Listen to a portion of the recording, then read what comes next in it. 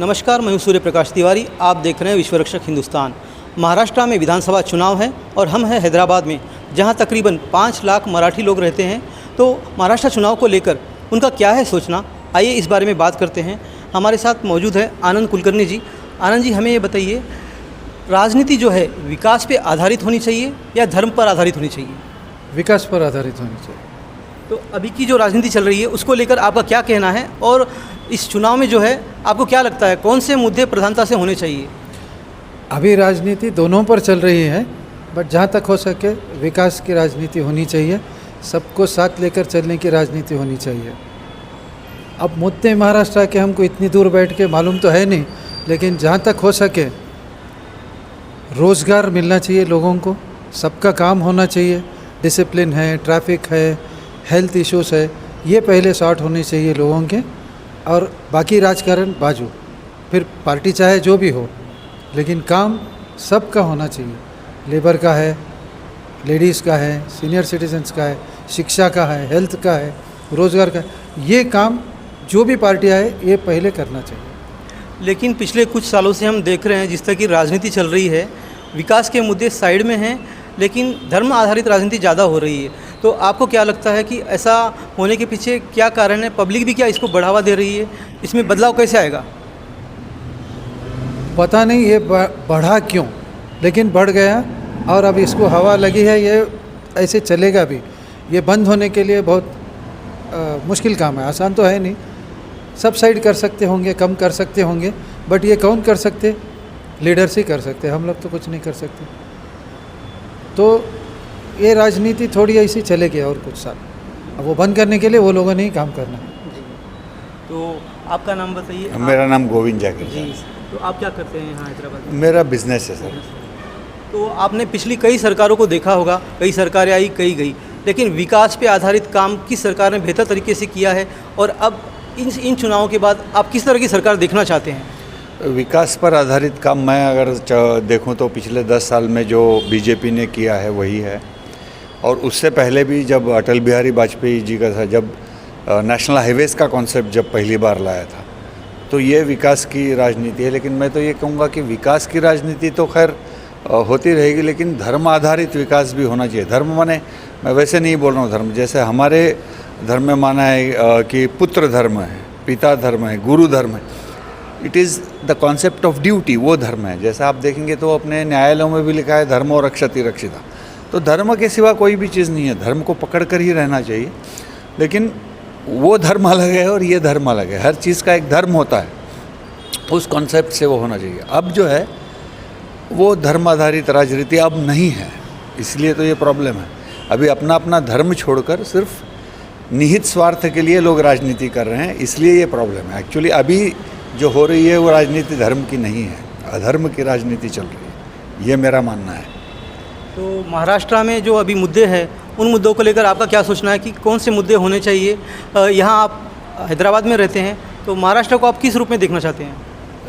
महाराष्ट्र में इस वक्त पे तो बहुत कन्फ्यूजन वाली स्थिति है, लेकिन मैं तो चाहूँगा कि मैंने एग्जैक्टली अपोजिट है। नाम तो हम सभी हमेशा बड़े बड़े व्यक्तियों का लेते हैं, जैसे अभी आज आप अगर महाराष्ट्र में देखोगे तो 3 नाम 4 नाम सब लोग लेते रहेंगे, शाहू, फुले और अंबेडकर। लेकिन जो महाराष्ट्र को महाराष्ट्र का नाम दिया, या it was actually the last bastion which Britishers have to demolish was Maratha empire. वो छत्रपति शिवाजी महाराज का नाम आज लोग कम लेते हैं। वो शिवाजी महाराज जो थे, जो 18 पगड़ जाति को, माने सब जातियों को एक किया था और स्वराज्य स्थापन किया था। आज उसको जाति जाति में विभाग रहे हैं, हर संत को हो या बड़े पुरुष को हो, अपने जाति का ऐसा बोल रहे हैं। तो नाम तो छत्रपति शिवाजी का ले रहे हैं, उसके विरुद्ध काम कर रहे हैं। नाम अंबेडकर जी का ले रहे हैं, उसके विरुद्ध काम कर रहे हैं। फुले जी का ले रहे हैं, काम तो उसके विरुद्ध कर रहे हैं। तो ये बात है, नाम सिर्फ लेने के लिए है, काम उसके एग्जैक्टली विपरीत हो रहा है, ऐसा मेरा मानना है, मैंने दिख भी रहा है। जी, आपका नाम बताइए, आप क्या चाहते हैं महाराष्ट्र में किसकी सरकार हो? मेरा नाम संजीव फुलमामड़ीकर है। सरकार किसकी हो ये बोलना बहुत मुश्किल है, और हम चाहते तो बहुत है कि बीजेपी और महायुति आए, बट जैसे कई चेहरे हैं, एकनाथ शिंदे है, फडणवीस है, नाना पटोले है, मुख्यमंत्री सभी है, मगर आप किसे मुख्यमंत्री के रूप में देना चाहते हैं और कौन बेहतर होगा ऐसा लगता है? अगर बेहतर कहेंगे तो आप फडणवीस है आज की तारीख में, दूसरा चेहरा तो मेरे सामने कोई नहीं है। और नेक्स्ट अगर बोलेंगे तो आप शिंदे जी भी है, वो उन्होंने भी अच्छा काम किया है अभी जो थोड़े दिनों में। बट आप जो इनसे बात कर रहे थे धर्म की राजनीति आज नहीं है, वो ब्रिटिशों ने छोड़ के गए हो और कांग्रेस ने उसको बहुत बढ़ावा दिया है, आज की नहीं है वो। जब मोदी जी भी एनडीए की पहली सरकार आई थी तो जब धर्म का कुछ भी नहीं था, वो 5 साल के बाद ही उन्होंने शुरू किया, क्योंकि उसको कांग्रेस ने बढ़ावा दिया। अपना देश जो है धर्मनिरपेक्ष देश है, तो हाँ। ऐसे में एक वर्ग को बढ़ावा देना दूसरे को नहीं, ऐसा क्या सही है? हाँ नहीं, गलत है, बहुत गलत है। एक मैंने वो अभी बोलना नहीं चाहिए, बट एक पर्टिकुलर जाति को हमेशा एक झुकता ही दिया जाता है, हमेशा वो गलत है। आपको कि एक जाति के फेवर में अगर आप बात करते हैं, मान लो मैं बिल्कुल नाम लेके कहता हूँ कि जैसे हमारे असदुद्दीन अवैसी ही है, अगर वो मुस्लिम की बात करते हैं तो वो सेक्युलर है। लेकिन अगर दूसरा कोई हिंदू नेता, ये मान लीजिए योगी जी, वो हिंदुओं के लिए बात करता है तो वो अलग हो जाता है, माने मापदंड अलग है, ये बराबर नहीं है। अगर धर्मनिरपेक्ष का मतलब धर्महीन नहीं है, आपका धर्म हो सकता है, सिर्फ हम किसी भी धर्म को एक्स्ट्रा पावर्स नहीं देंगे या सबको एक समान देखेंगे, या जिसको बोलते हैं धर्मनिरपेक्ष, तो वैसा तो है नहीं। तो जैसे मान लीजिए अभी आपने तो देखा होगा इतने सालों से साल इफ्तार पार्टियाँ चलती थी, 1 महीना पूरा, जिसमें इफ्तार पार्टी देने वाला भी मुस्लिम नहीं होता था, ना उसने रोज़ा रखा हुआ रहता था, जाने वाला भी मुस्लिम नहीं रहता था, उसने रोज़ा रखा हुआ, सिर्फ पॉलिटिकल पर्पस के लिए इफ्तार पार्टियाँ होती थी 1 महीना भर।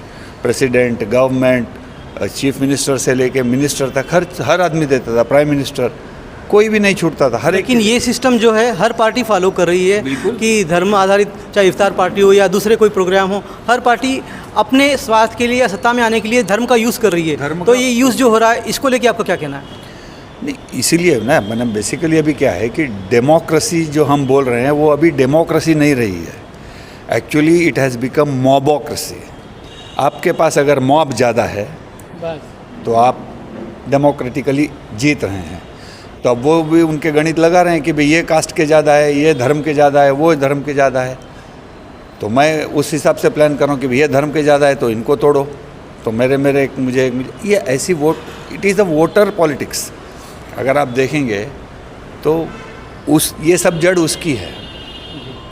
तो आइए हम बात करते हैं, और कुछ लोग हैं। आपका नाम बताइए। मेरा नाम प्रशांत मंगलूरकर है जी, तो आप क्या चाहते हैं, महाराष्ट्र में कौन से मुद्दे हो, किन्हें मुख्यमंत्री बनना चाहिए? महाराष्ट्र में स्टेबल गवर्नमेंट आना चाहिए, क्योंकि ये अभी रेबल्स भी बहुत है उसमें, और दूसरे बहुत सारे पार्टियां हैं, एक पार्टी के 2 पार्टियां हैं, ऐसे बहुत सारे पार्टियां जो हो गए हैं अभी, तो नंबर ऑफ़ कैंडिडेट्स और नंबर ऑफ़ वो पार्टीज ज़्यादा हो गए हैं, तो हंग आए तो फिर वही होगा, फिर टैक्स पेयर के पैसे से फिर इलेक्शन, फिर पैसा बर्बाद होगा। इसीलिए जो भी आएगा स्टेबल गवर्नमेंट आना चाहिए, और मेरे ख्याल से बीजेपी आए तो they will give the stability. लेकिन बीजेपी ये कहती है कि कांग्रेस सरकार स्थिर नहीं देती है, और कांग्रेस कहती है कि बीजेपी स्थिर सरकार नहीं देती है, तो इसको लेके क्या कहेंगे? बीजेपी की सरकार अभी तक जहाँ पे भी है वो तो उन्होंने बराबर 5 साल कंप्लीट किया है और स्थिर सरकार दी है। कांग्रेस का तो उनके इंटरनल झगड़ों में ही तोड़फोड़ की। कांग्रेस का भी यही आरोप है कि बीजेपी तोड़फोड़ करके सरकारें बनाती है। वो तो होगा ना, इधर भी होगा या उधर भी होगा, उससे कोई ये नहीं है, लेकिन स्टेबिलिटी के जी कहावत ही ऐसी है कि power corrupts and absolute power corrupts absolutely. तो क्योंकि कांग्रेस 50-60 साल से पावर में थी तो वो देवर एब्सोल्युटली करप्ट। बीजेपी तो अभी 15-20 साल भी नहीं हुए हैं, तो अगले 10 साल में वही होगा। अभी आज तो देखिए ऑलमोस्ट 20-30% उसमें बीजेपी वाले हैं ही नहीं, जो कांग्रेस से या दूसरे पार्टियों से आए हुए लोग हैं। तो धीरे धीरे वो जो पार्टी लाइन है, पार्टी विद डिफरेंस जो कहते थे, वो अभी धीरे धीरे ब्लर होती जा रही है। तो आगे चल के वो होने ही वाला है, वन अपमैनशिप होगा, पावर सेंटर होगा, ये सब पावर जैसे जैसे आते जाएगा ये हो जाएगा, ऐसा मेरा मानना है। इसलिए ज़्यादा पावर नहीं होना चाहिए, 2 या 3 टर्म, उसके बाद में दूसरी पार्टी आनी चाहिए। धन्यवाद जी आप सबकी राय के लिए। तो ये थी हैदराबाद के महाराष्ट्रियंस की राय महाराष्ट्र के चुनाव को लेकर। देखते रहिए विश्व रक्षक हिंदुस्तान।